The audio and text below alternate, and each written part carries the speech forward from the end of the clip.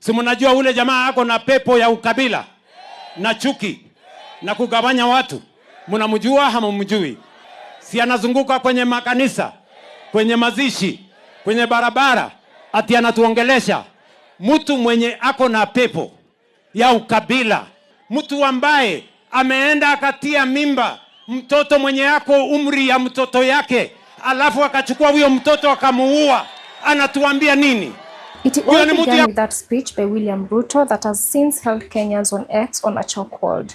What seemed like a political response quickly turned into something much deeper and far more disturbing. The president was responding to remarks made by former Deputy President Rigathi Gachagua, who had earlier criticized him, claiming that despite having wealth, he was losing weight due to stress and sleepless nights brought about by his opposition. But when Ruto finally responded, he didn't just address the politics. He appeared to allude to a serious and unresolved murder case. In his remarks, the head of state hinted at allegations involving powerful leader and a young university student from Denath Kimathi University of Technology. Although no names were mentioned, Kenyans online quickly connected the dots. Within hours, social media users had allegedly identified the victim as Regina Wairimu, and hashtags like JusticeForReginaWairimu began trending, with many demanding accountability.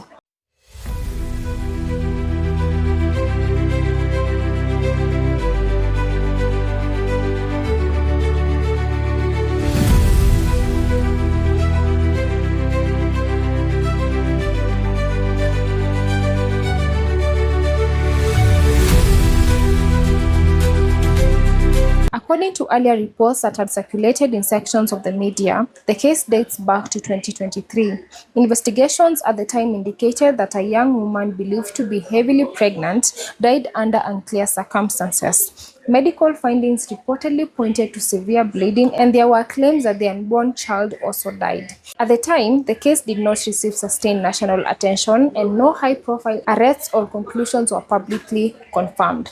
Interestingly, this is not the first time such claims have surfaced. On January 3, 2026, Moses Kuria made a post on X alleging that Rigathi Gachagua had impregnated a young woman and that both she and the pregnancy were later eliminated. However, his claims were widely dismissed at the time. Some questioned his credibility, pointing out errors in his post since he had misspelled Rigathi Gachagua's name. Others viewed it as early political propaganda ahead of the 2027 elections. A section of Kenyans argued it was part of ongoing political rivalries and character assassinations.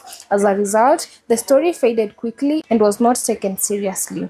Now, 1 month later, similar allegations have resurfaced, this time directly from the president himself. Even though William Ruto did not mention any names, many believe his response was clearly directed at one individual, given the context of the ongoing political fallout between him and Rigathi Gachagua.